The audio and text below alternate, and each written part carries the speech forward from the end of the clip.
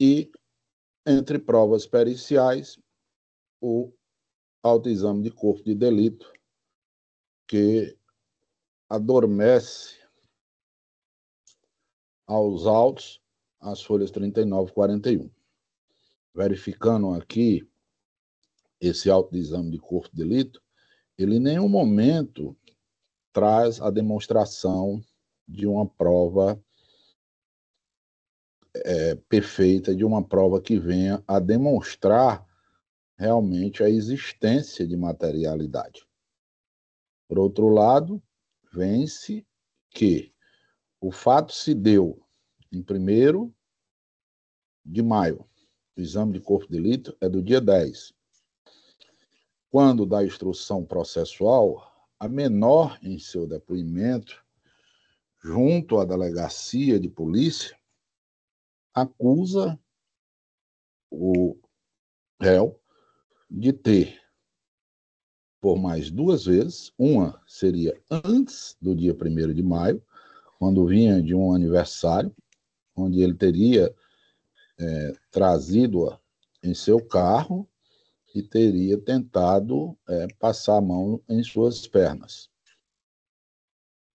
O segundo fato, que foi o fato que ocorreu exatamente no dia 10, que não foi de forma alguma mencionado na denúncia, é de que ele teria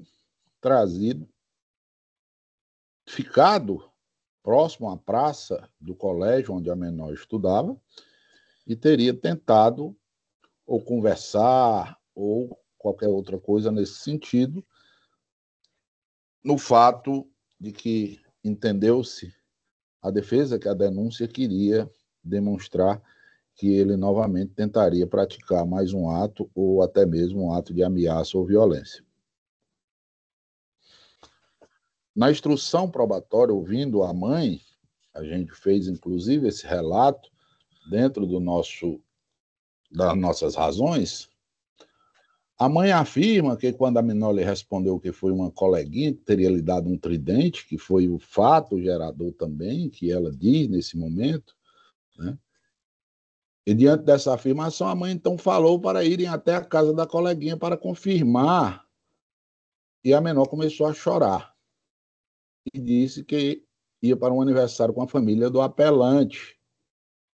Na volta, a menina teria voltado sozinha com ele, foi quando o mesmo tentou pegar em suas pernas, afirmando ainda que em outro momento, enquanto a menor estava na calçada, o apelante teria chamado a mesma e dito que sua neta já estaria lhe chamando. Então, foram esses 3 fatos que narramos, né? E que a mãe vem a dizer que o fato veio à flora quando a apelante teria dito que se ela contasse para alguém, ele iria ver. Afirma ainda que depois dos relatos, a menor não saiu mais de casa com medo do que poderia lhe acontecer. Por fim, afirma a mãe, no primeiro momento, que ao conversar com seu irmão, no caso um tio da menor, foi orientada a procurar o conselho tutelar, dando a entender que seu irmão, tio da menor, foi até a sua casa e lhe conduziu juntamente com a sua mãe para a delegacia. Então, isso aí, como a mãe relata o fato, em um primeiro momento, ela diz dessa forma. Em um segundo momento, já na fase de instrução, onde a mídia que existe junto aos autos, a mãe fala, dentre outros fatos, ela diz que alegou que somente no dia seguinte, após achar o tridente, a menor estava indo para a escola, o apelante estava esperando na praça para dar caminho para a escola. E quando a menor avistou o apelante, a mesma saiu correndo. Chegou assustada na escola e que só após a professora ter percebido a aflição da menor, lhe ligou, tendo ido até a escola e de lá os conselheiros tutelares lhe conduziram juntamente com sua filha para a delegacia de polícia. Então, esses são os depoimentos da mãe, contraditório no que diz respeito, inclusive, como e com quem a orientou ou com quem foi à delegacia, né, que forma ela se deu para levar essa notícia fato. Então, sendo assim, se nota que apenas esse depoimento ele não traz um condão de corroborar com as palavras da vítima. Então, esses são os 3 pontos aqui guerreados pela nossa apelação, que são exatamente a insuficiência de provas, porque, apesar do exame de corpo de delito já mencionado, não existe um laudo psicológico. Não podemos falar em demora, que o exame não poderia afetar. Um exame da menor que demonstre que venha a ela a ter sofrido qualquer abalo psicológico diante desses atos que ela diz ter sofrido. Por outro lado, a defesa, vê que a dosimetria da pena, a pena base, foi aplicada em cima de 9 anos e 9 meses, quando a pena mínima desse delito é de 8 anos, que houve a majoração tratando-se de sequência de atos, que se diz o meritíssimo juiz, mas que, em fato algum, se vê a prova de que realmente se ocorreram algum dos atos ou os 3. E por consequência, o regime inicial da pena, que, passados aos 8 anos, o juiz de piso determinou que o cumprimento da pena fosse em regime inicialmente fechado. Então, somos sabedores, somos conhecedores de que vários e vários entendimentos nesse tipo de crime, a palavra da vítima tem um valor probatório bem maior. Mas nós também temos o conhecimento e temos a certeza de que os senhores doutos julgadores também observam que o depoimento da vítima, a palavra da vítima, desacompanhada ou mesmo desregulada às provas orais ou periciais produzidas, ele não pode ter um valor probatório. Então, sendo assim, a defesa roga para que esses doutos julgadores entendam que a inexistência de um conjunto probatório eficaz e capaz de manter a condenação do réu, que caso esteja sendo mantida essa sentença, estamos cometendo uma verdadeira injustiça, roga que pela absolvição, pela falta de provas robustas que comprovem e que tragam a certeza de que o acusado praticou os delitos mencionados na sentença hora guerreada. Por outro lado, se caso esse não seja o entendimento de Vossa Senhoria, a gente requer que seja revisto a aplicação da pena e o cumprimento, o regime inicial para se dar o seu cumprimento. Essa é a nossa manifestação. Desde já a gente agradece aos senhores pela paciência e pelo respeito que sempre tem à advocacia cearense. Muito obrigado. Obrigado, doutor Carlos Augusto. Com a palavra, o doutor Abrantes Pequeno, para o posicionamento da Procuradoria de Justiça.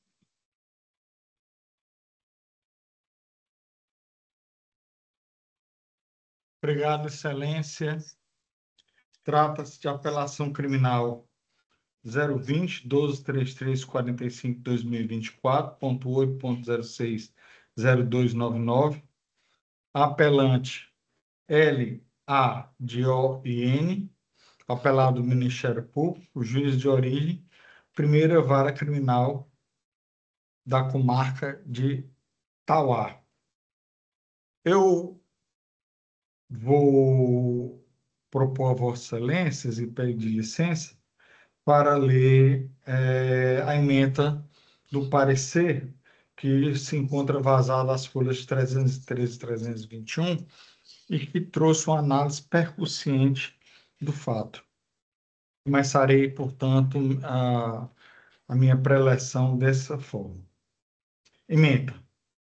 apelação criminal, estupro de vulnerável, artigo 217 do Código Penal, vítima com 11 anos de idade, atos libidinosos diversos da conjunção carnal, palavra da vítima coerente, corroborada por prova testemunhal, materialidade e autoria comprovadas, dosimetria da pena justificada, culpabilidade e consequências negativas, regime inicial fechado mantido, pugna, por fim, pelo desprovimento do recurso. No desdobramento,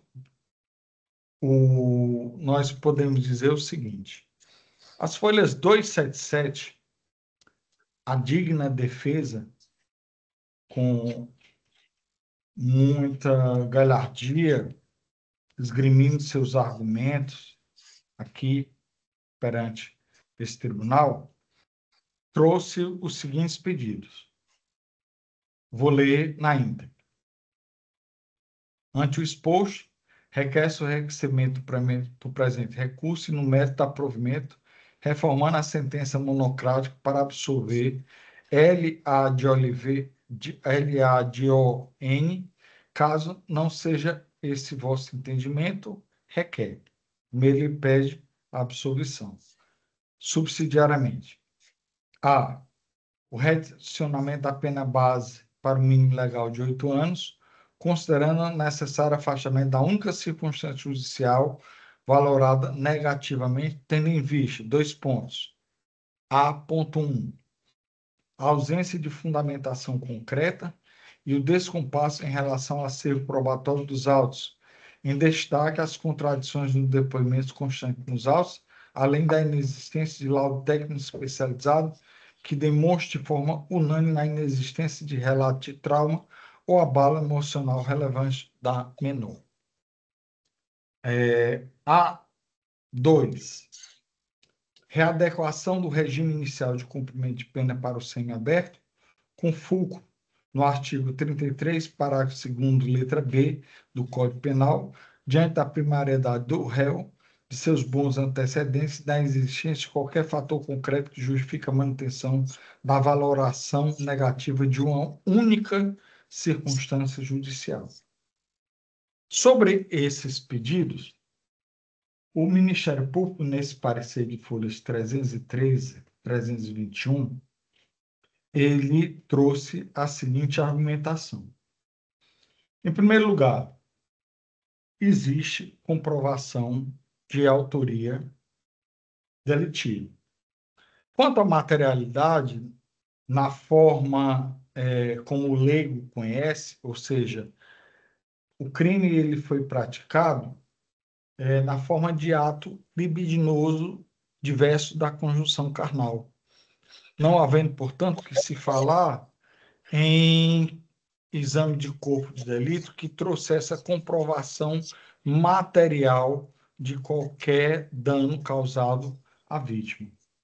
Mas a autoria do crime resta plenamente comprovada pelo depoimento seguro da vítima, a qual vou pedir licença a Vossa Excelência para ler, bem como da mãe da mesma, que comprovam que o acusado praticou atos libidinosos diversos da conjunção carnal.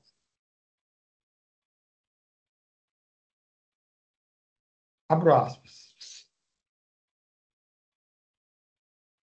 A vítima, ASGM, nascida em 10 de outubro de 2012, relatou em depoimento especial, com outras palavras, que, abre aspas, ele sempre lhe agradava lhe dando bombons, gostava de brincar com a neta dele. Na ida, foram pagar várias pessoas e na volta vinha só ele e ela, e ele ficou tentando lhe pegar pelas costas.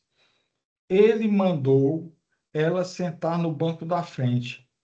Parou e disse o local onde ele trabalhava, lhe chamando de, abre aspas, fecha aspas, amorzinho. A vítima, e aqui palavras minhas, repreendeu ele ele disse que se ela contasse, ante essa repreensão, que se ela contasse para alguém que ele lhe dava coisas, ela ia ver, configurando-se, portanto, como se vê uma ameaça. Um dia, e aí continuando as palavras da vítima, ele disse que a Jota queria lhe ver. Foi ao local e foi agarrada por trás. Se agarrou com tudo em um pilar e conseguiu soltar. Ele tentou tirar suas roupas quando ia saindo. Ele disse que quando ia saindo, perdão, a entonação estava incorreta, quando ia saindo, ele tentou tirar suas roupas. Ele lhe disse que se ela contasse, ela ia ver. Novamente, uma ameaça. Ficou com medo dele pegar uma arma e matar sua mãe. Ele ficava lhe olhando de cara feia quando ela saiu da casa. Foi a pessoa que fez isso. Isso aconteceu na casa dele. Foi perto da Páscoa e ele até lhe deu um ovo da Páscoa. Tinha 11 a 12 anos, vai fazer 13 anos esse ano. Ele lhe dava bombons e dinheiros para lhe agradar. Isso de ser agarrada só aconteceu nesse dia. Acha que foi de tarde, não tinha outras pessoas no local. O dia do banco foi no dia do aniversário da neta dele que aconteceu em uma chácara, na volta. Ele ficou tentando me pegar por trás. Ele ficou tentando pegar em suas pernas nesse dia no carro. O dia do carro foi outro dia, que aconteceu primeiro, depois que aconteceu o fato da casa.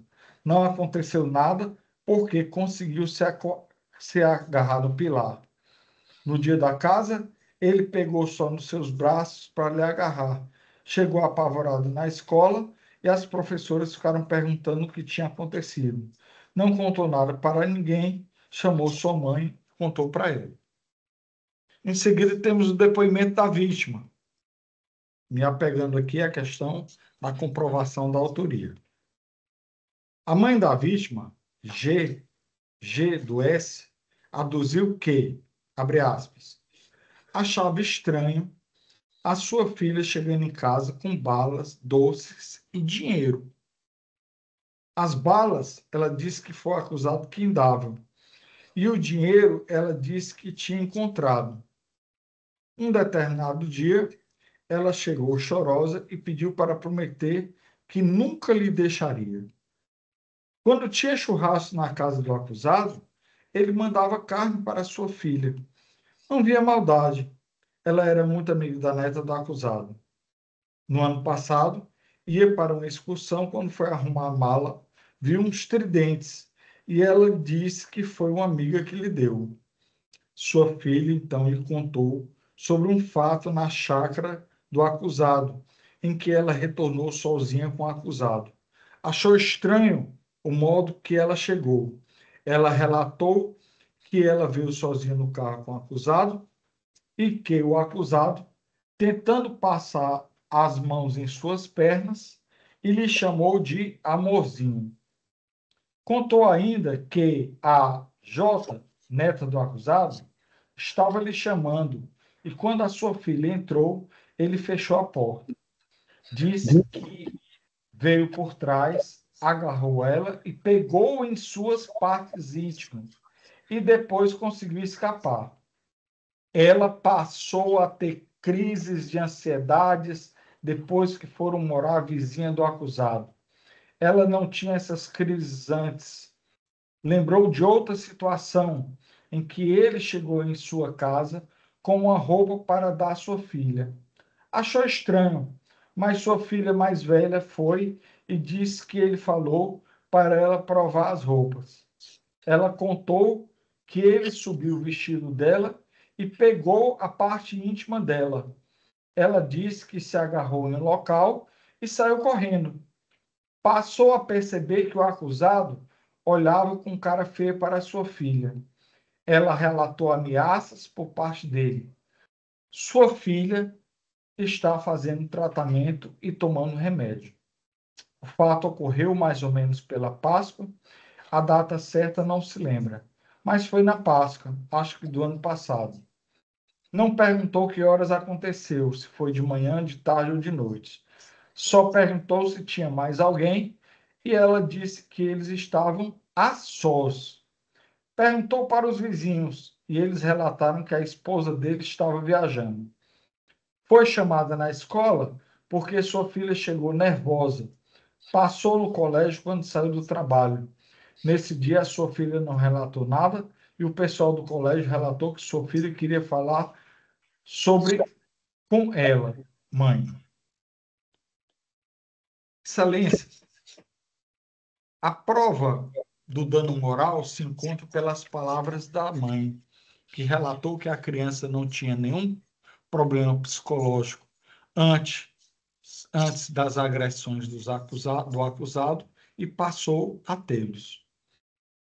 Já a prova da autoria, como nós sabemos, a palavra da vítima é de fundamental preponderância, até mesmo porque é de curial sapiência que delitos de natureza sexual não são cometidos na frente de testemunhas, razão pela qual a jurisprudência, com muita sabedoria, vem valorando a palavra da vítima em contexto com demais provas, no sentido de dar essa a certeza moral para que haja a condenação.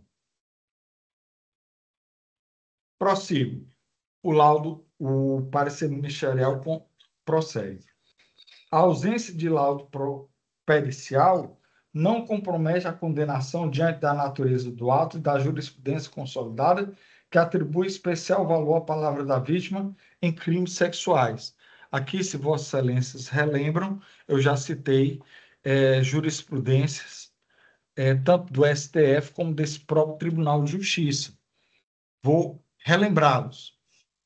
No HC de 2 de abril de 2025, do STF, tendo o relator Gilmar Mendes, esse fala que a falta de laudo pericial conclusivo acerca da conjunção carnal não apaga o depoimento especial da própria vítima.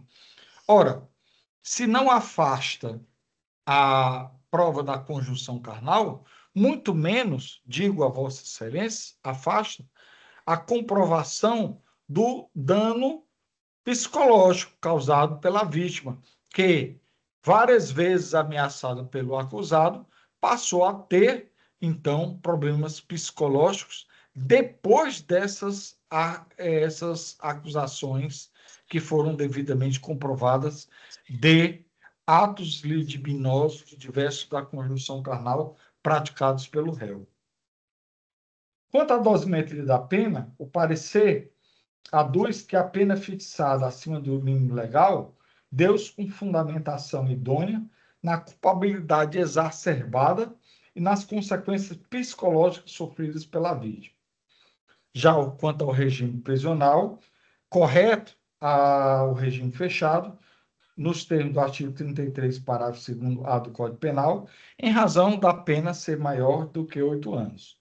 Conclusão, conclui o parecer ratificado por esse membro do Ministério Público, pelo conhecimento e desprovimento do recurso, com manutenção integral da sentença penal condenatória. É como manifesto, Excelência. Obrigado, doutor Abrantes. Concedo a palavra à desembargadora Maria Iuna Lima de Carlos. Boa tarde, presidente. Obrigado, presidente. Boa tarde a todos e a todas. Peço licença a todos para realizar a leitura do trecho negritado do projeto de emenda. Emenda penal e processo penal, apelação criminal, estupro de vulnerável, pedido de absolvição por insuficiência probatória, não acolhimento.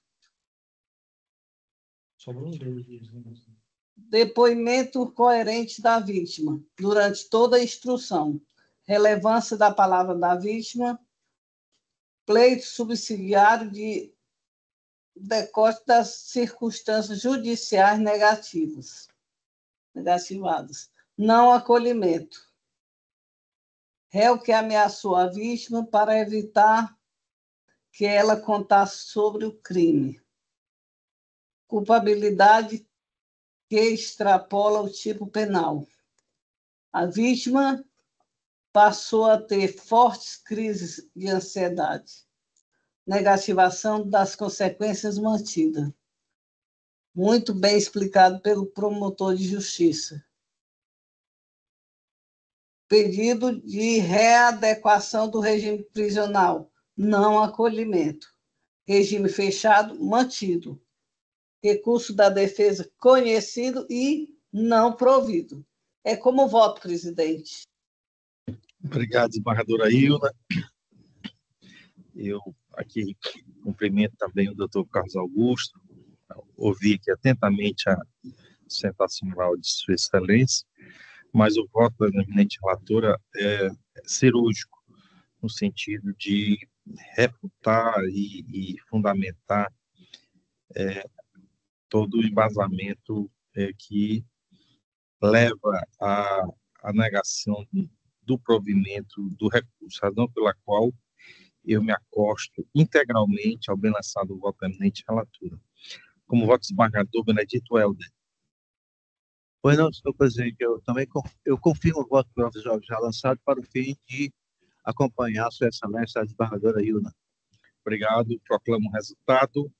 A trinca julgadora, sem divergência de votos, conheceu do recurso para negar-lhe provimento nos termos do voto da eminente relator. Julgamento finalizado. Doutor Carlos Augusto, satisfação pelo aqui na segunda Câmara. Satisfação é toda nossa. Um abraço, um bom trabalho a todos. Próxima oportunidade. O item 5 foi julgado, item 6 também, item 7 julgado. Vamos ao item 8.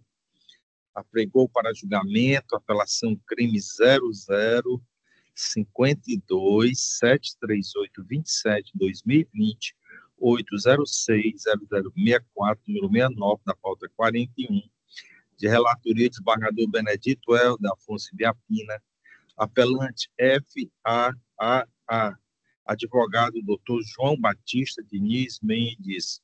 Seja bem-vindo, Dr. João Batista. Consulto Vossa Excelência e o Dr. Abrantes Pequeno dispensa a leitura do relatório. Dispensa, Excelência. Dispenso. Pois não, Dr. Abrantes. Luiz Antônio. Microfone Desligado. Dispensa, Excelência. Pois não. Então, você dá a palavra ao doutor João Batista Diniz Mendes, pelo prazo de 15 minutos. A palavra é você. Ínclito, presidente da Egrégia Segunda Turma Criminal, desembargador Francisco Eduardo Torquato. Eminente desembargador, relator, doutor Helder Afonso Biapina. Ínclito magistrado, componente da turma, doutor Sérgio Luiz Parente, e a ínclita desembargadora Maria Nilma Lima de Castro. Cuida-se de apelação, onde se busca a reforma do juízo de piso sob o fundamento da decisão do juiz Acó, não atender ao requisito do artigo 386-7 do Código de Processo Penal, sob o manto do indúbio para o réu. A nossa tese, Excelência, eminente relator, ela pautará nos fundamentos jurídicos, do qual eu começo, e depois eu passarei para os fatos. Os fundamentos jurídicos, a jurisprudência do STF, e aqui permissa venha para trazer a colação, o posicionamento do ministro Marco Aurélio Belize, em um recurso especial 63199 de Minas Gerais. O que é que ele diz sobre o tema? A aplicação máxima do indúbio para o réu é decorrente e lógica dos princípios da reserva legal e de presunção da não culpabilidade. E, como tal, exige juízo de certeza para a prolação de um juízo condenatório, sendo que qualquer dúvida acerca da materialidade e autoria delitiva resolve-se em favor do acusado. Permissa, venha, Excelência, trazer a colação uma decisão do Tribunal de Justiça, que, corroborando com esse entendimento, na apelação de número 000-1234, dígito 45, de 2016, 806-0001. Neste caso, Excelência, o Tribunal de Justiça reformou sentença de condenação por entender que o depoimento da vítima, embora relevante, não era corroborado por outras provas materiais ou testemunhais. O tribunal destacou que, na falta de laudos periciais conclusivos ou de testemunhas que confirmassem o relato, não seria possível manter a condenação com segurança. E esses entendimentos são corroborados por outros tribunais. Permissa, venha, Excelência, que são sabedores, Vossa Excelência, de que vige na ordem jurídica o princípio do indúbio para o réu, e que é condição sine qua non para uma condenação que haja materialidade e autoria. A materialidade já está afastada diante do laudo pericial, conclusivo, e que quando relata que não houve um mínimo de lesão, um mínimo de ato de prática libidinoso, visto que a vítima teria dito que durante 15 minutos, meia hora, o acusado teria atentado contra ela. Porém, contrapondo isso, o laudo nega. Com relação à autoria, Excelência, há um hiato enorme entre o que foi prestado na polícia e na justiça. E eu trarei a colação agora, Excelência, senhor relator. A primeira, a vítima disse na polícia que relatou que o acusado entrou no banheiro e a tocou. Em juízo, Excelência, ela afirmou que já estava dentro do banheiro. E o professor Arimateia, ouvido em juízo, doutor, relatou que ela disse para ele que o vigilante, teria arrastado do pátio até o local. Na polícia, Excelência, o que é mais gravoso é agora, na polícia, 2, 3 dias depois, ela não falou da existência de que o vigilante estava de bermuda, ela não falou de que conversou com a cozinheira, para vocês entenderem melhor, Excelência, lá é uma cozinha e tem um banheiro acoplado na cozinha. É impossível alguém ingressar sem que a cozinheira o visse. E ela não o fez. Ela, em juízo, Excelência, numa história completamente mudada, 4 anos depois, ela vem dizer em juízo que o vigilante estava de bermuda, que o vigilante entrou, como eu acabei de dizer agora, e que o vigilante, o professor Michael, o testemunho, suposta testemunha ocular, teria batido na porta. Ela não disse isso na polícia. Ela disse em juízo, Excelência, que tinha conversado com a cozinheira. A cozinheira estava trabalhando no dia, era 2 horas da tarde. A cozinheira, o banheiro é um passo, a cozinheira fica aqui e o banheiro atrás dela. É impossível ingressar, Excelência, no banheiro sem que alguém o veja. Mas mais gravoso agora, Excelência, é o depoimento da suposta testemunha ocular, que é o professor Michael. Olha o que o professor Michael disse. Ele disse na delegacia que viu pela janela do corredor. Em juízo, ele disse ter visto pelo pátio.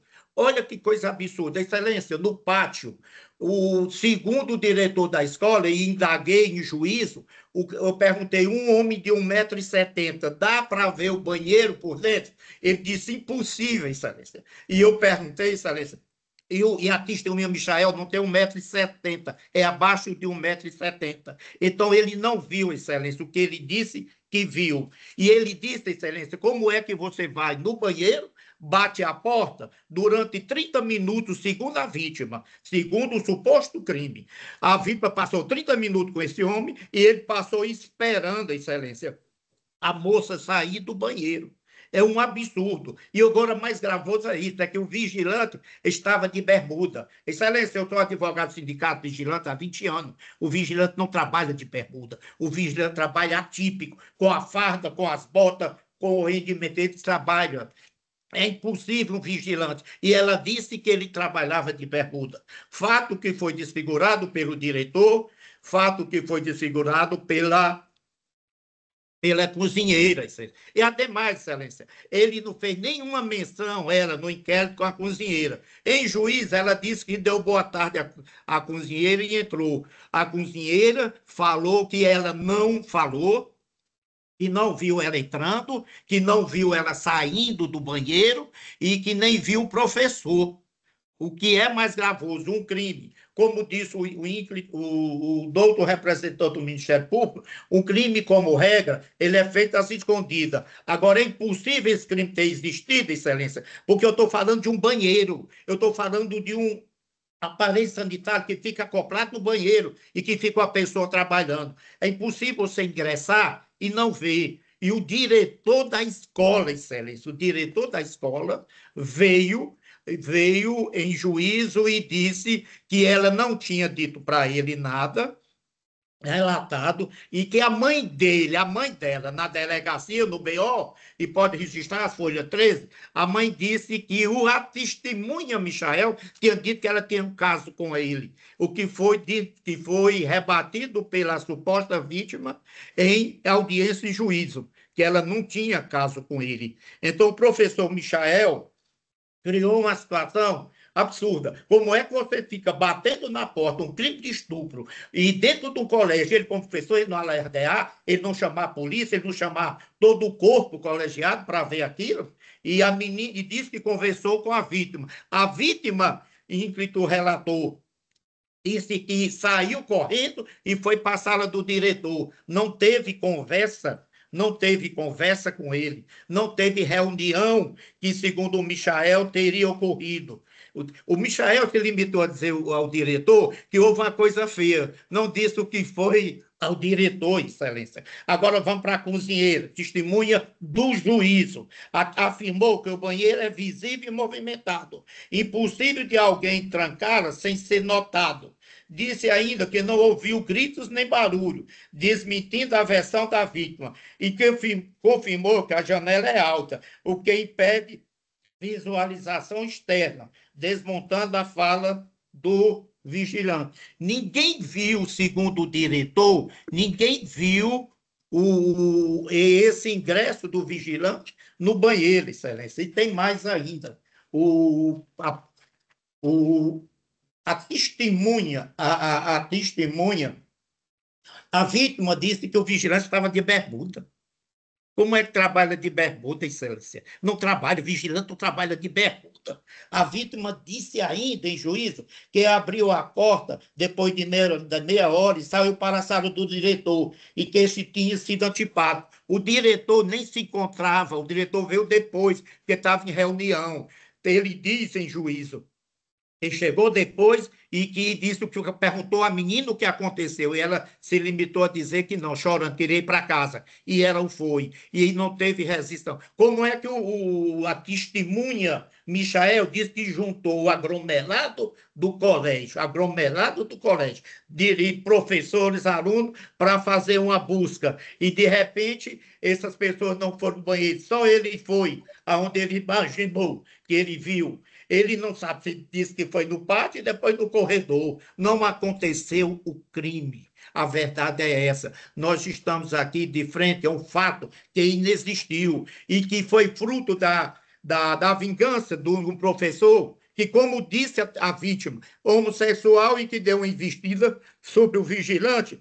No passado, o vigilante o repudiou. E o vigilante, com medo, não disse à mulher, com medo do casamento ter acabado e a mulher acreditar nessa versão. Só veio dizer da condenação. Excelência, é impossível. O crime não foi às escondidas, o suposto crime, dentro de um banheiro e que fica a cozinha que tinha uma pessoa. E ela não gritou meia hora, doutor. Meia hora ela ficou. Tem mais, excelência, ainda, o que é mais gravoso.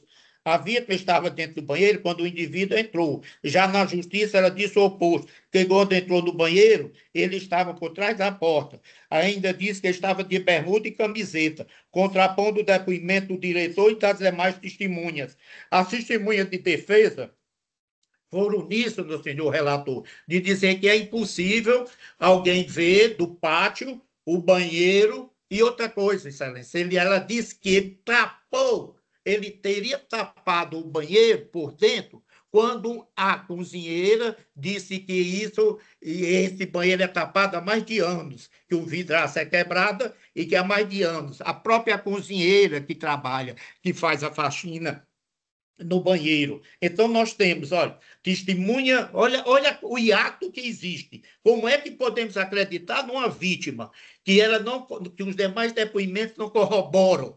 Por quê? Não corrobora o diretor, que disse que ninguém viu entrar e nem sair, porque ele apurou, não corrobora a cozinheira, que disse que não viu o diretor, que não conversou com o professor Michael. E o professor Michael disse à cozinheira que tinha conversado, disse que tinha conversado com a cozinheira. Como é que podemos acreditar, doutor, numa prova dessa, que ela é contestável, ela não traz certeza absoluta e que a medida que se impõe no direito penal, no caso de dúvida, é indúbio para o réu. E aqui, doutor, não há dúvida, não, há certeza da não existência do crime.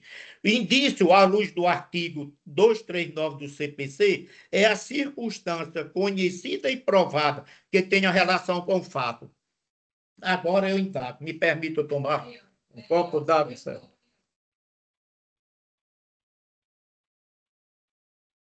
Me permita, excelência, essa autoria, onde está a autoria de um depoimento vago na polícia, onde simplesmente ela disse que o Michael tinha mentido para a mãe dela sobre um caso, que tinha um caso de 7 meses. Ela disse na polícia que não disse nada à mãe dela porque estava chorando. E na polícia ela disse que o BO, minha mãe já tinha dito tudo no BO. Doutor representante do Ministério Público, é essa prova que eu trago para Vossa Excelência apreciar. Essa prova, a única que eu relator, me permita só concluir, Excelência, é essa prova, essa fragilidade da prova que nós rogamos pela absolvição por ausência de autoria e materialidade. E, finalmente, Excelência, caso assim não entenda, que seja aplicada a pena no grau menor por tratar-se, atender os requisitos do artigo 59 do Código Penal brasileiro. É assim que a defesa se manifesta. Boa tarde e agradeço pela atenção dispensada. Parabéns, doutor João Batista. Concedo a palavra ao doutor Abrantes Pequeno para o posicionamento da Procuradoria de Justiça. Muito obrigado uma vez mais, Excelência. Trata-se de apelação criminal de número 08/2025, sequência de 2 zeros, 2399832, dígito 9. O apelante é o senhor Francisco Alexandro Alexandrino Alves, apelado do Ministério Público. A origem é a 4ª Vara Criminal da Comarca de Caucaia e o relator é Sua Excelência o desembargador Benedito Helder Afonso Ibiapina. Sobre a apelação, Excelência, o Ministério Público de 2º grau lavrou e acostou aos autos um muito bem lançado parecer de 16 páginas que dormita as folhas 474 e 490, onde analisa todos os argumentos que foram expendidos na forma escrita na apelação esgrimida pela defesa. Peço licenças a Vossa Excelência para começar lendo a ementa desse parecer. Ementa: Direito Penal, Processual Penal, Apelação Criminal, estupro, artigo 213, parágrafo 1º do Código Penal, preliminar de cerceamento de defesa, alegação de contradições e omissões na sentença, incabível em sede recursal, preclusão do tema, autoria e materialidade comprovadas, palavra da vítima corroborada por outros elementos probatórios, relevância especial da palavra da vítima em crimes contra a dignidade sexual, ausência de vestígios físicos que não afastam a autoria e materialidade dos atos libidinosos, pedido de diligência para medição da janela, descabimento, medida meramente protelatória, pleito de absolvição, a impossibilidade do referido pleito, e, por fim, considerando o conjunto probatório robusto, o parecer pelo conhecimento da apelação, porém pelo seu improvimento. Excelência,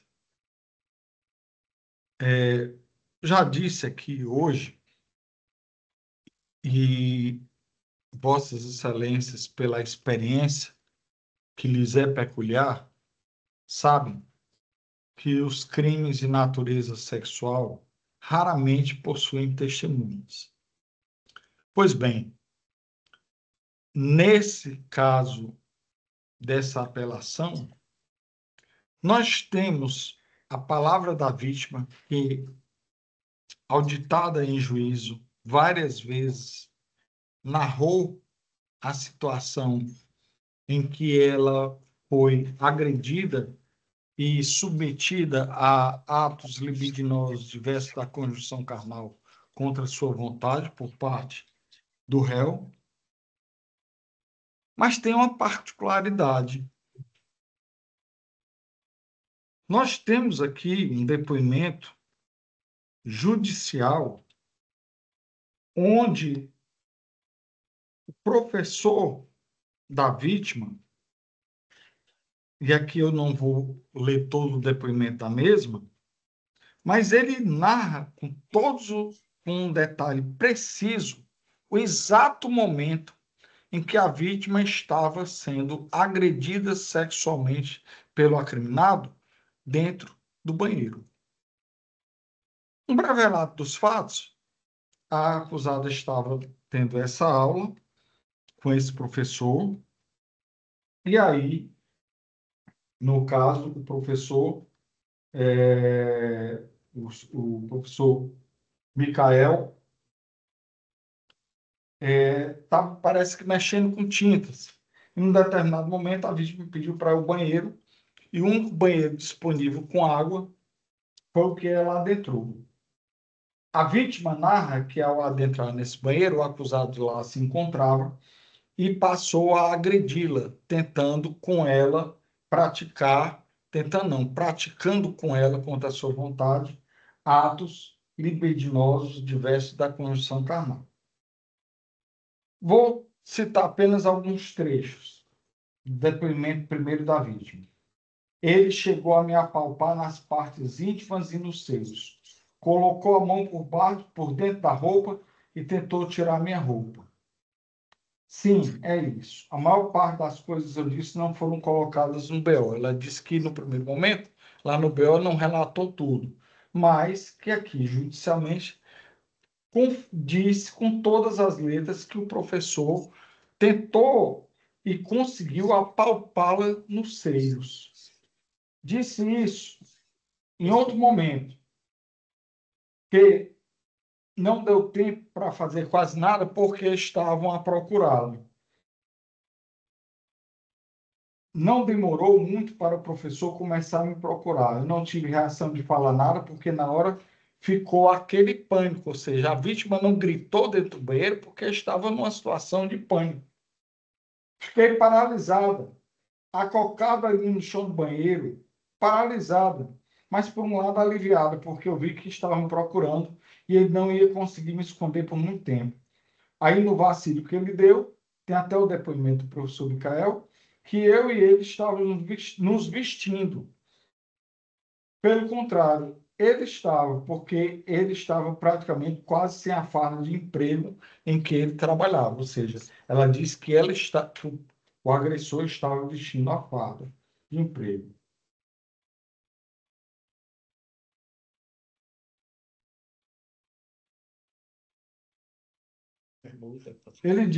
Ela continua dizendo, ele chegou a me apalpar nas partes, isso depoimento judicial.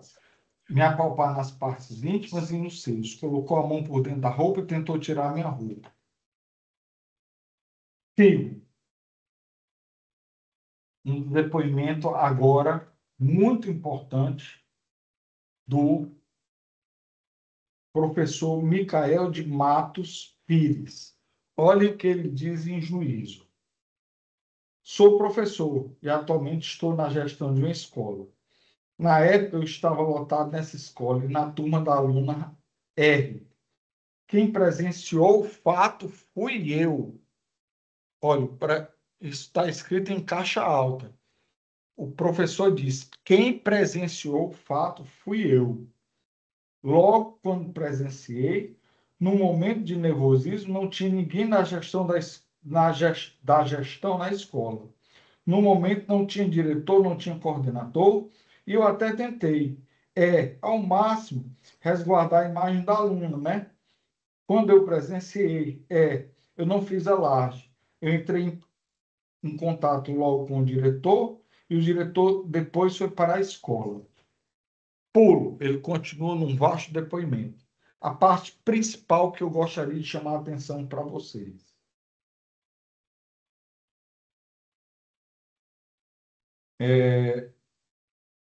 Então, como a escola tem esse banheiro, fica de frente para o pátio, a cozinha.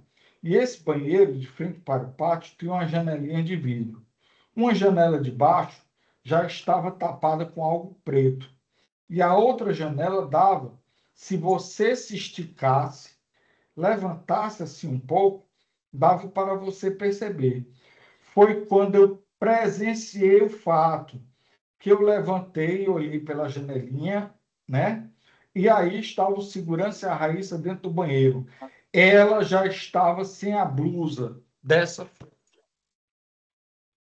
desse modo, excelência. Entendo que a autoria resta comprovada, a materialidade no plano físico, material, resta descartado, porque a imputação aqui é de ato libidinoso diverso da conjunção carnal, e que o depoimento da vítima em várias situações e o depoimento de uma testemunha presencial dão-nos segurança total para confirmar a sentença condenatória, razão pela qual o órgão do Ministério Público requer a Vossas Excelências que mantenham o deciso condenatório em sua integralidade. É como manifesto.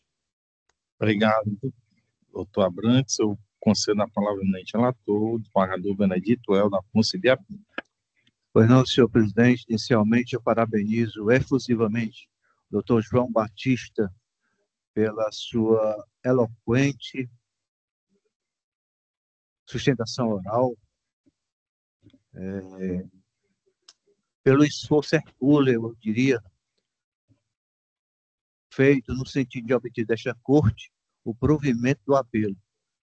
No entanto, como bem pontuou o nobre representante do Ministério Público, os fatos, as provas contidas nos autos são totalmente desfavoráveis ao apelante.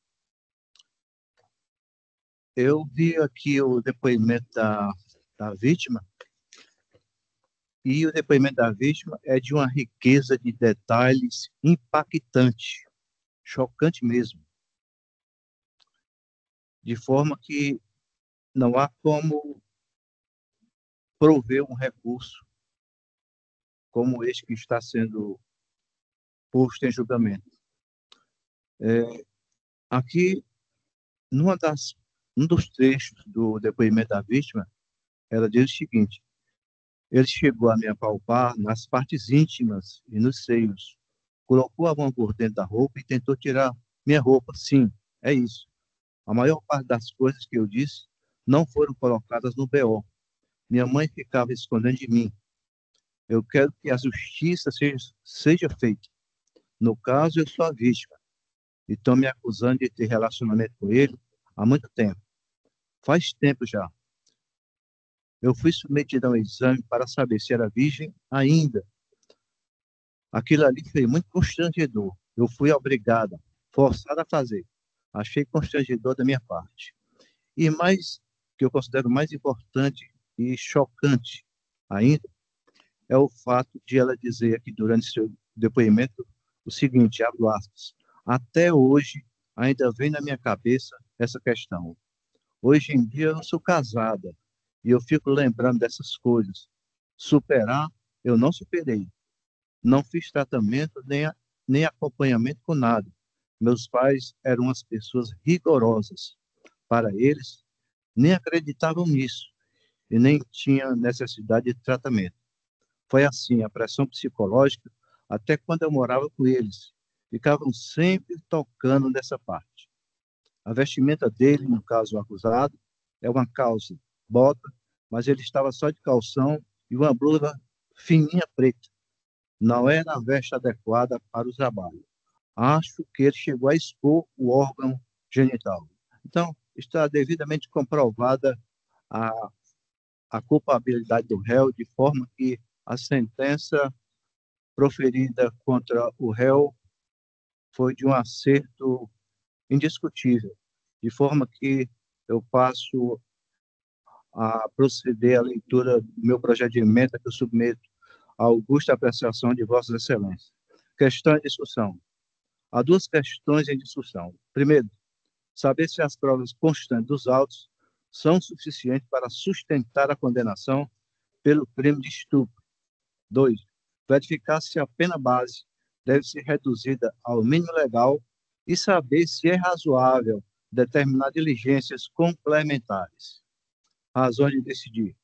O pedido de diligência para medição da janela é intempestivo e protelatório, tendo em vista que poderia ter sido formulado antes do encerramento da instrução. Código de Processo Penal, artigo 402. A materialidade restou comprovada pelo boletim de ocorrência e pelo exame de corpo de delito, o qual, embora não tenha identificado conjunção carnal, é compatível com a narrativa de atos libidinosos. A autoria foi confirmada pelo depoimento firme, coerente e detalhado da vítima, corroborado pela testemunha ocular, o professor da escola, que presenciou o acusado acariciando a vítima, com a blusa levantada, dentro do banheiro. A palavra da vítima, em crimes dessa natureza, assume especial relevância quando harmônica com o conjunto probatório. O testemunho do professor e o relato da mãe da vítima reforçam a credibilidade da narrativa. A dosimetria da pena mostra-se correta, pois o juiz valorou negativamente a culpabilidade, as circunstâncias e as consequências do crime. Diante da vítima serão das alunas do ensino fundamental, do local da prática, ambiente escolar, e do abalo psicológico duradouro relatado nos autos, inclusive de que a vítima já teria tentado retirar a própria vida. Inexistem ilegalidades ou fundamentos para a redução da pena ou modificação do regime prisional. Dispositivo e tese. Apelação criminal conhecida e desprovida, mantida integralmente a sentença condenatória. É como voto. Obrigado, desembargador Helder. Como voto, desembargador Sérgio Parente.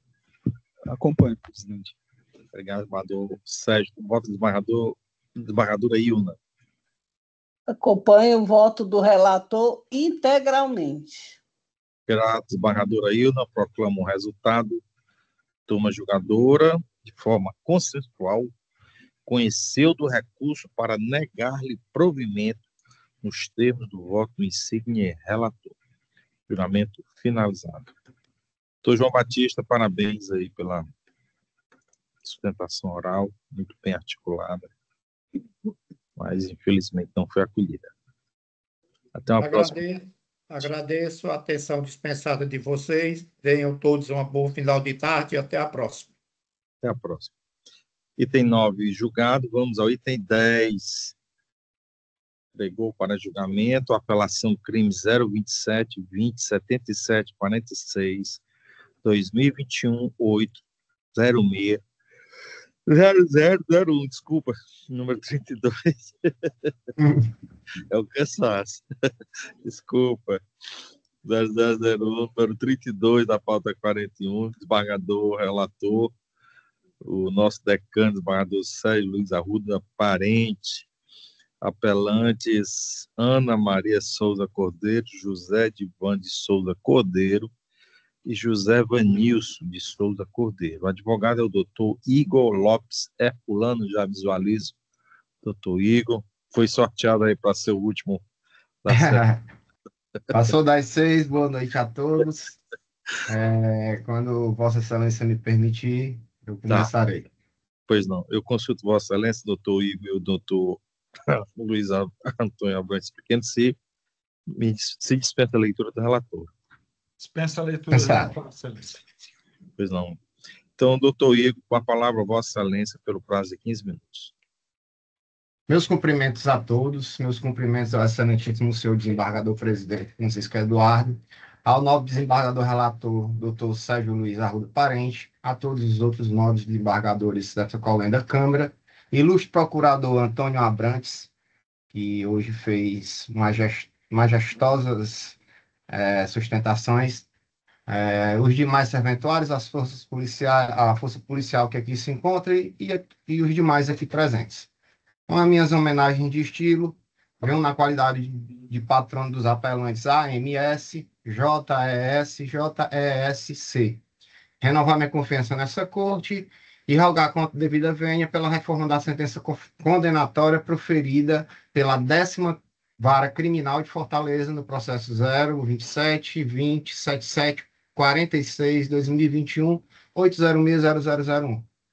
Excelência, a defesa hoje ela sustenta nesse ato a valoração probatória realizada pelo juiz Acó, que, no ponto de vista da defesa, foi desproporcional e seletiva, né? Eu, inclusive, vou aqui utilizar uma deixa do nobre doutor Abrantes, que falou da valoração da prova testemunhal, e deixar um parêntese em relação à prova testemunhal. Concordo com ele no que diz respeito que em algumas demandas a prova testemunhal, principalmente aquelas demandas de cunho sexual, ela deve ser valorada de uma forma, digamos assim, especial.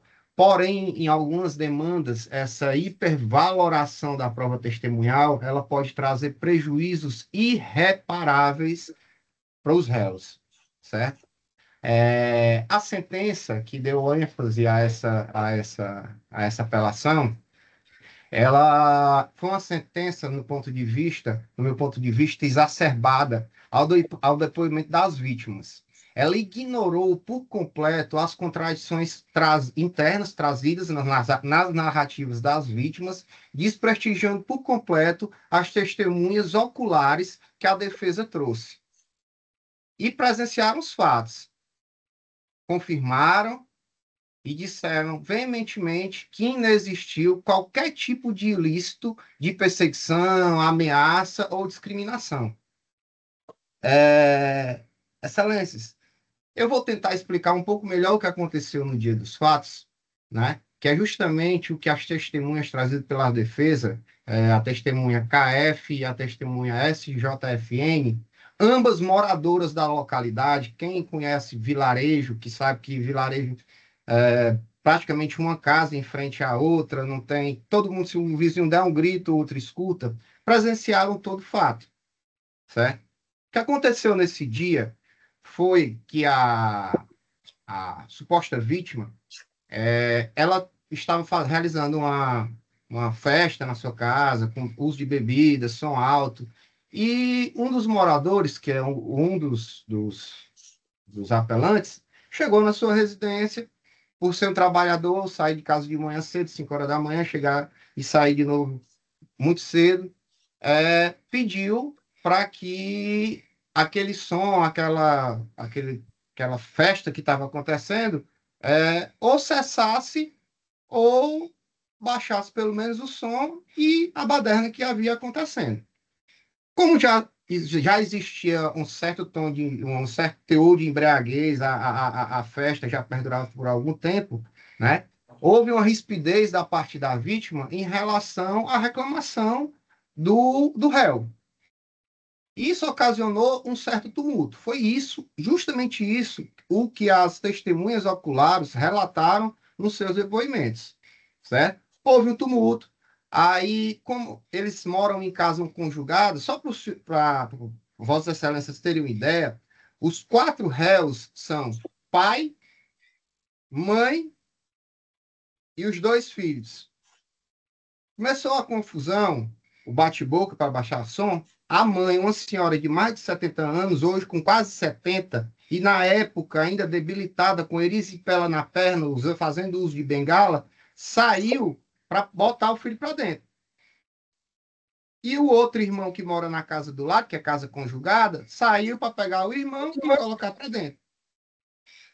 Foi o que aconteceu. Foi o fato trazido pelas testemunhas de defesa. Elas confirmaram isso em depoimento, confirmaram isso em juízo, que presenciaram esse fato em questão. Pois bem, a vítima, em seu depoimento, justamente com sua testemunha, eu imagino que Vossas Excelências já tenham visto os depoimentos, afirmam categoricamente que 4 pessoas estavam a ameaçá-las com pau, pedra, usando palavrões, perseguições, algo desse sentido. Porém, tem um detalhe que a própria sentença traz e que é de bastante valia para esse processo em questão, e aí eu trago a sustentação do doutor Abrantes em relação à valoração da prova. O pai, que a vítima afirma que estava lá na hora da confusão, foi absolvido essa vez. O pai não estava em Fortaleza, foi provado em juízo que o pai é caminhoneiro, se encontrava na cidade, se eu não me engano, de Beberibe. E ele foi absolvido. Então, como se dá credibilidade a um depoimento pessoal no qual a própria vítima afirma ter 4 agressores e que, na verdade, só existiam 3 pessoas na confusão, e o próprio juiz de piso absolve o pai, com as mesmas testemunhas trazidas para os outros réus. Então, Excelências, continuando aqui, como eu já havia falado, os depoimentos das testemunhas trazidas pela defesa, eles foram firmes, coerentes, isentos de contradição, devendo de serem valorados de uma forma assim igualitária, da mesma forma que hoje se valora um depoimento de uma testemunha, porque, né, como o doutor Abrantes falou, algumas situações requer essa valoração. Existe depoimento de testemunhas oculares, pessoas que viram que não aconteceu, que o que aconteceu ali foi uma discussão para poder baixar um som, bater boca, não uma perseguição, não um crime de racismo, conforme eles foram denunciados, entendeu? E isso também foi dito em sede de delegacia e foi em sede de instrução também, entendeu? Aí é como eu digo, como valorar um depoimento pessoal, né? Porque a sentença ela está toda embasada no depoimento da vítima. Como valorar um depoimento pessoal nesse sentido, tendo em vista que o acusado JCP, que é o pai, foi absolvido e foi denunciado pelos mesmos crimes que os outros foram denunciados? Então, existe uma disparidade, existe uma desproporção de avaliação em relação do conjunto probatório, que isso traz um prejuízo assim, imensurável para os réus. Ah, mas foi uma condenação. Não interessa. O que está em jogo, é a integridade daquela pessoa que não cometeu crime algum e está lá sendo condenado. Foi 1 ano e pouco. Ah, mas não interessa. É por isso que nós hoje estamos aqui, para tentar reverter essa injustiça, confiando nessa corte e no entendimento pleno dessa corte, que a valoração da prova testemunhal, ela deve haver, mas em determinados casos, não em todo caso, como esse caso em concreto agora. Outro ponto que é muito importante rebater em relação à prova testemunhal da vítima é que ela alega, em sua denúncia, que em a determinado dia, que não foi esse no qual eu citei, a senhora AM, né, que é uma senhora de hoje de quase 70 anos, que anda de bengala, e na época eu já falei que ela estava cometida de uma erisipela, ela não estava conseguindo nem andar, perseguiu ela e correu ela atrás dela com um pedaço de pau na mão. Agora eu pergunto a Vossas Excelências, como é que isso pode acontecer, meu Jesus? Tendo em vista que, eu não sei ao certo a idade da vítima, mas deve ser em torno de 24 anos por aí. Como uma senhora de quase 70 anos, com erisipela, problema de diabetes, vai correr atrás de uma jovem de 24 anos? Foi nisso que o juiz Acó se apegou para poder condenar os apelantes. Então, Excelência, é de suma importância que isso seja reavaliado, que essas provas, que esses depoimentos sejam reavaliados e que haja e que se equilibre a balança probatória no sentido de encontrar e de se fazer justiça. Principalmente, Excelência, nos tempos atuais. Eu trago aqui até uma questão que é eu costumo falar para os meus filhos aqui em casa, que hoje tudo é questão de clique, é questão de foto, é questão, até nós mesmos, advogados, para tentar trazer publicidade para o nosso trabalho, a gente faz filmagens, faz vídeos. Então, é tão interessante, vale também ressaltar que como em 2021, a era que tudo é um clique, tudo é um flash, não apareceu ninguém naquele dia e naquela hora para fazer uma foto, um vídeo de 4 pessoas tentando agredir uma senhora com pau e pedra na mão. É, no mínimo, interessante. Ana Benedita Escócio. É no mínimo interessante. Então, Excelência, como eu já havia falado, a condenação, portanto, ela apoia-se unicamente nas palavras, né, da vítima. A jurisprudência é pacífica no sentido de que, em caso de dúvida, caso seja feita uma nova avaliação do conjunto probatório, em caso de dúvida, se aplica o indúbio pro réu, no caso em questão. Além disso, mesmo que na revolta de hipótese de manutenção da condenação, requer-se, Excelência, que a isometria seja revista, tendo em vista que um foi absolvido e os 3 foram condenados à mesma pena. O juiz aplicou a pena para os 3, como se os 3 tivessem cometido o mesmo ato, tendo em vista que um foi tirar, uma mãe foi tirar o filho, outro foi o irmão, foi pegar o irmão para colocar para dentro de casa, e os 3 foram condenados de forma igual, como se você estivesse colocando bola dentro de um negócio daquele de bingo, para poder tirar e é todo mundo igual. Então, daí já começa errado. Então, Excelência, a defesa se reporta nesse sentido, de uma revisão nessa valoração da pena, né? Na aplicação da pena, certo? A defesa reporta-se aos pedidos feitos nas razões finais, né? Requerendo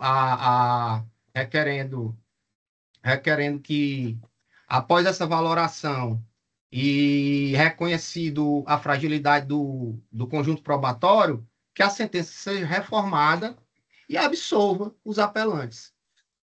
De forma subsidiária, caso assim Vossa Excelência não entenda, que essa conduta ela seja desclassificada para a conduta do artigo 140, que é a injúria.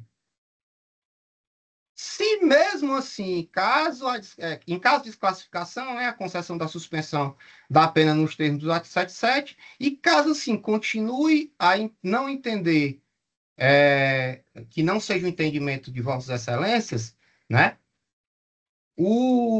A defesa ela roga pela readequação das penas com base na efetiva participação nas circunstâncias pessoais de cada acusado.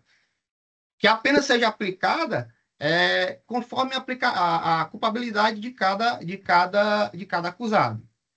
Esses são os termos da defesa. Desde já agradeço a atenção de todos e muito obrigado. Deus abençoe a todos. Fiquem com Deus. Obrigado, doutor Igor. Você dá a palavra ao doutor Abrantes Pequeno para posicionamento da Procuradoria de Justiça. Excelência, já estamos no último processo, né? Trata-se da apelação criminal 08/2025, 0010-7352, dígito 9. Apelante Ana Maria Souza Cordeiro, José Vanilson Souza Cordeiro e José Edvan de Souza Cordeiro. Apelado Ministério Público, o desembargador relator é Sua Excelência, desembargador Sérgio Luiz Arruda Parente, o órgão julgador, segunda Câmara Criminal. Excelência, prestando atenção de forma penhorada ao esforço argumentativo, por sinal brilhante, do doutor advogado, ouso dele discordar.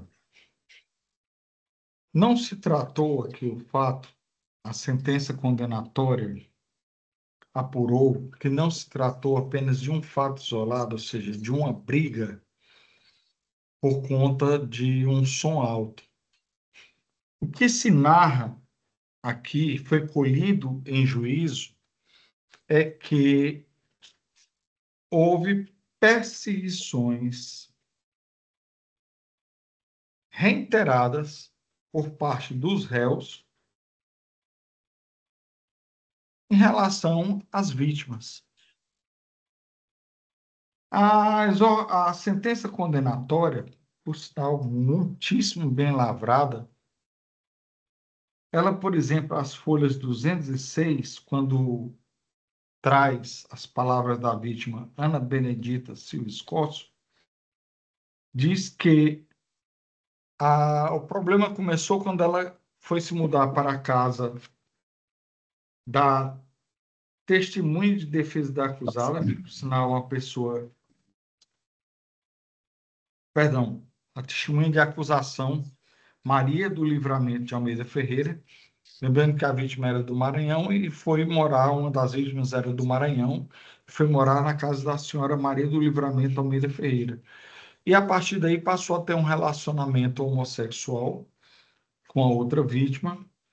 E por conta disso, a senhora Maria do Livramento de Almeida Ferreira, que morava há 16 anos no mesmo local e que tinha um bom relacionamento com os 3 acusados e o acusado que foi absolvido, passou a ter uma série de perseguições, tendo por motivação a homofobia. A senhora Ana Benedita Silva Escócio, e aí com todo respeito ao esforço argumentativo de Sua Excelência, doutor Igor Herculano, ela não narra, conforme consta as folhas 206, 207, uma situação de agressão, mas várias situações de agressões. Dado o adiantado da hora, eu não vou ler o extenso depoimento, mas eu lhes asseguro que, na própria sentença, a juíza reconhece que há, na verdade, perseguição, e o motivo da perseguição é a homofobia, uma vez que, sem que haja qualquer tipo de explicação, os réus passaram a perseguir as vítimas utilizando piadas e diversos tipos de epitetos negativos, que eu peço licença, a contragosto, a declinar. que, ao se dirigir à bodega, os denunciados começaram a ofendê-la com xingamentos como, abre aspas, pingueluda, sapatão, macumbeira, Lázaro, macaca, folhas 206. Disse que por volta das 17 horas estava saindo de casa quando foi chamada pelos acusados. Informou que um deles segurava um pedaço de pau, outro um facão. Já Ana Maria, mãe dos acusados, caminhava de um lado para outro, insultando com termos pingueluda, sapatão e ameaçando. Aqui vale dizer que, na própria sentença, a senhora Ana Benedita afirmou que por diversas vezes, mais de 2 vezes, teve que ligar para o seu trabalho e faltar ao trabalho para se ficar homiciada na casa da senhora Maria do Livramento de Almeida Ferreira, porque os acusados, do lado de fora, e munidos, inclusive, de facão, segundo ela consta, pau, aliás, uma barra de ferro, uma determinada vez, e paus, ameaçavam agredi-la. Desse modo, entende o representante do Ministério Público, em apertadíssima síntese, seguindo e ratificando o parecer de folhas 359 e 366, aduz que a sentença que dormita aos autos foi inteiramente confirmada pelo depoimento não só das vítimas, mas de uma outra testemunha, na qual era dona da casa onde uma das vítimas morava, e que viu as seguidas situações de perseguição e de injúria homofóbica, de tratamento homofóbico, sem que as vítimas tenham dado causa a qualquer tipo de situação. Dito isso, e sem me alongar por demais, rogo a Vossas Excelências que dê conhecimento ao provimento, à apelação, por seus requisitos intrínsecos e extrínsecos, mas que denegue-lhe no mérito na sua totalidade. É como me manifesto. Obrigado, doutor Luiz Antônio. Cedo a palavra ao eminente relator desembargador Sérgio Luiz Arruda Parente. Pois não, presidente, grato pela concessão da palavra. Eu ouvi atentamente, louvo o esforço do patrono, mas o doutor Luiz Abrantes resumiu aí, inclusive, o que eu ia falar, me referir, inclusive esclarecer. O doutor Luiz Abrantes começou dizendo que a vítima não foi xingada só apenas nesse dia em que houve o som alto. A testemunha narrou que várias vezes ela era, inclusive, humilhada, né? E a vítima não enfatizou que nesse dia do som alto, o pai ao qual o advogado se referiu estava.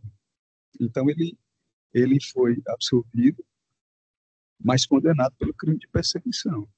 Então, é importante ressaltar essa situação, porque, pelo que foi colocado, pelo menos eu posso ter compreendido errado o patrono, era como se isso tudo decorresse de uma situação de um som alto, e aí eu vi isso, eu vi aquilo. Não.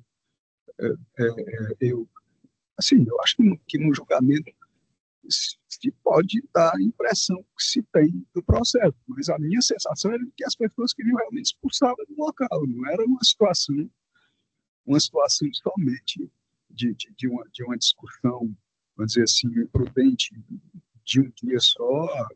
O que narra o processo são situações completamente muito incisivas, né, de homofobia, e uma circunstância realmente que merece punição. Eu vou pedir licença para ler aqui as razões de decidir, até porque essa altura do campeonato, presidente, fica mais fácil a compreensão.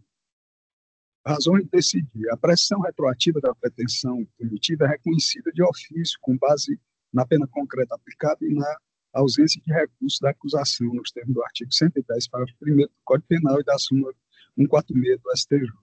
Verificado o transcurso superior a 3 anos entre o recebimento da denúncia e a sentença condenatória, extingue-se a punibilidade quanto ao delito de perseguição, artigo 147-A do Código Penal. Não há nulidade por violação ao contraditório ou ampla defesa, pois a condenação não se baseou exclusivamente em provas colhidas na fase inquisitorial, mas também em depoimentos produzidos sobre o crime contraditório judicial, artigo 155 do Código de Processo Penal. Notadamente, a palavra da vítima e o testemunho de Maria, vamos pôr aqui, MLAF, que seria a proprietária da casa. Vou até me abster de dizer o nome da testemunha. Em crimes praticados de forma clandestina e relacionados a preconceito, a palavra da vítima assume especial relevância desde que corroborada por outros elementos de prova, conforme entendimento do STF, do STJ e do STF. As declarações da vítima e da testemunha confirmam que os réus proferiram reiterados insultos e ameaças em razão da orientação sexual da ofendida, com expressões homofóbicas que foram repetidas pelo procurador, tais como sapatão, pingueluda, macumbeiro, que caracteriza discriminação dolosa e não mera injúria. A conduta dos apelantes se enquadra no tipo penal do artigo 20 da Lei 7.716/89, conforme a interpretação conferida pelo Supremo Tribunal Federal na ADI. Na verdade, a sigla é ADO, né, que é por omissão, que é a Ação de Declaração de Inconstitucionalidade por Omissão, número 26, que reconhece a homofobia e a transfobia como manifestações do crime de racismo até a edição de lei específica. No caso, a vítima, a BSE, narrou em juízo que, após se mudar para a residência justamente dessa testemunha, que é MR, que residia próximo dos acusados e, posteriormente, com a vinda de sua companheira para o imóvel, os réus passaram a proferir xingamentos com conteúdo homofóbico, em razão de sua orientação sexual e relacionamento homoafetivo.